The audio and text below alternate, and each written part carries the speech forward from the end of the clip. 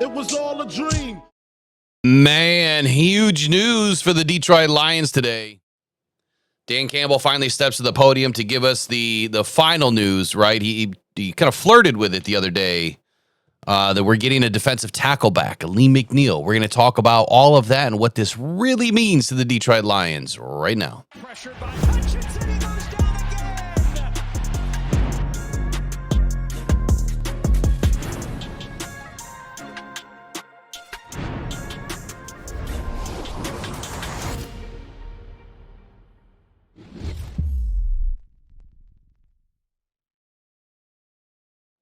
All right, you know the drill, man. Do us a huge favor and smash that subscribe button. We're on our way to 10K.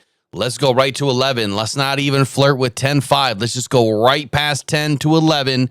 But first, we're going to give away 2 tickets to a Lions home game. Just hit a comment when you're done watching the video, and everyone that delivers a comment to us, you're going to be entered in the drawing for the 2 tickets.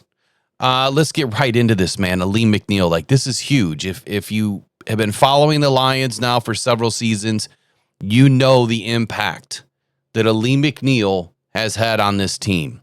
And just yesterday, Dan Campbell had mentioned that they were considering starting Alim McNeill's clock. They didn't know exactly when. And then today they did it. Usually it seems like Tuesdays, Wednesdays, somewhere in that area. That's when the Lions seem to bring a lot of their players up. At least, I don't know, maybe it just happens to fall on those days. But I think that there's a little bit of strategic planning going on here, of course, right?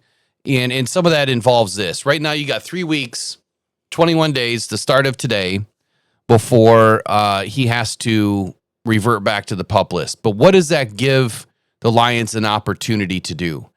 Gives him a couple of weeks to go out and hit some guys, to practice, get his body right. He's been training, like Dan Campbell said, now for a long time. He's sick of training. He feels like his body is in that, what did he say, 94.6% range or something like that. And so Alim's ready to go. So what it does is, if it gives them 2 weeks to get him ready, and then you get him in that final game, that Monday night game before the bye, that's strategic, right? From my view, then you go in, you play that game, and then you get 2 weeks to recover after your first game, and then you're ready for the rest of the season. I think that that's perfect planning. Obviously, it couldn't have worked out any better. Now, the information that we heard a while back was that he would be ready by that first week of October, if not the second week of October, that his clock moved way up. And that's all great news, because now it's come to fruition. Let me tell you what this really means, though.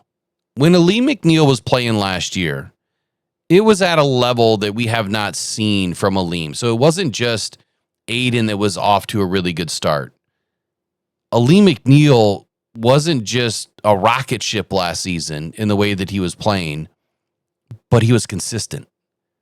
He ranked 11th among all interior defenders that had enough snaps to qualify. At least 250 plus is how I do it. His PFF pass rush grade was a 77.1.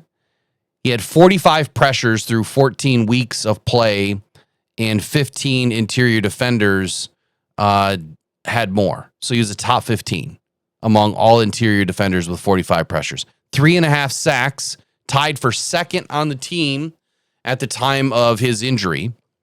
He had posted tackles for loss 7 times, which was a career high for Alim McNeill through 14 weeks. I mean, he was on this upward trajectory that, it just shows that his performance year over year, not only has it been consistent, but rising. And just a year prior, I mean, he was playing just as good. He was 6th overall among defensive tackles by PFF with an 88.5 grade. He ranked 5th against the run. He was just outside the top 20 in pass rushing. And so a year later, his numbers are getting significantly better. Alim McNeill makes this defense scary.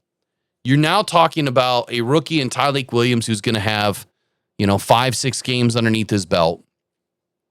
And then he's going to get to play next to Alim? You got to be kidding me.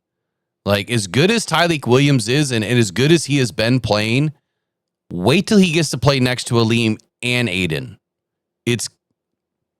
Like Dan said, Matter of fact, let's just listen to what Dan said.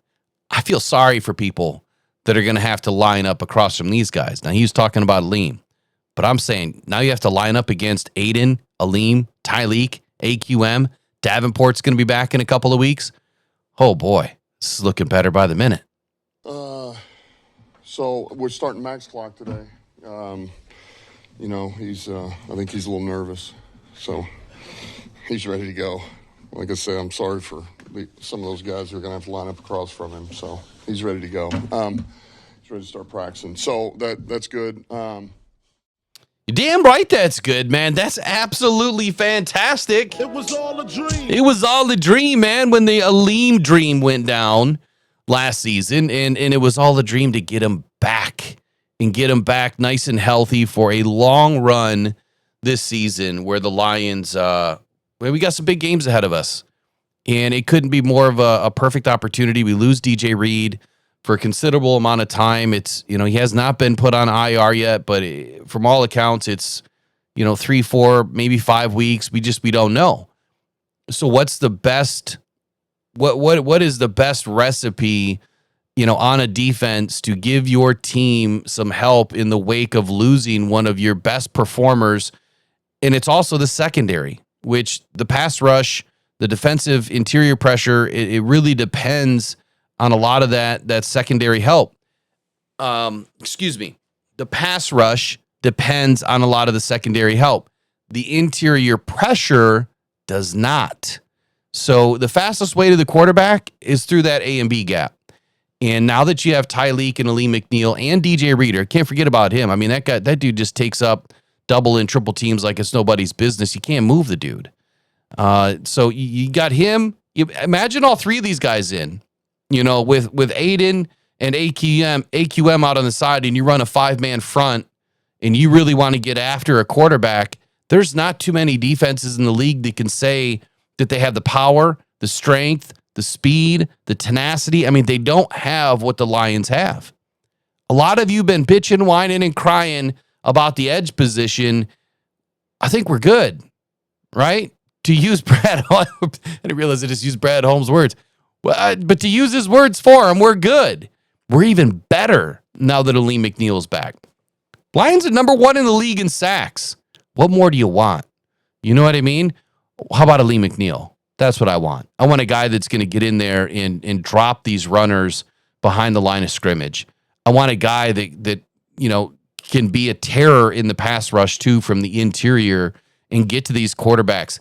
I want a guy that's going to push these quarterbacks off their spot quicker and put them in a position, to where Aiden or AQM can get to them quicker. So, look, man, it's exciting time for the Lions because it's almost like we have this second wave of starters that are slowly just kind of trickling back. Some are dropping out, some are coming back. And in a few more weeks, more are going to come back.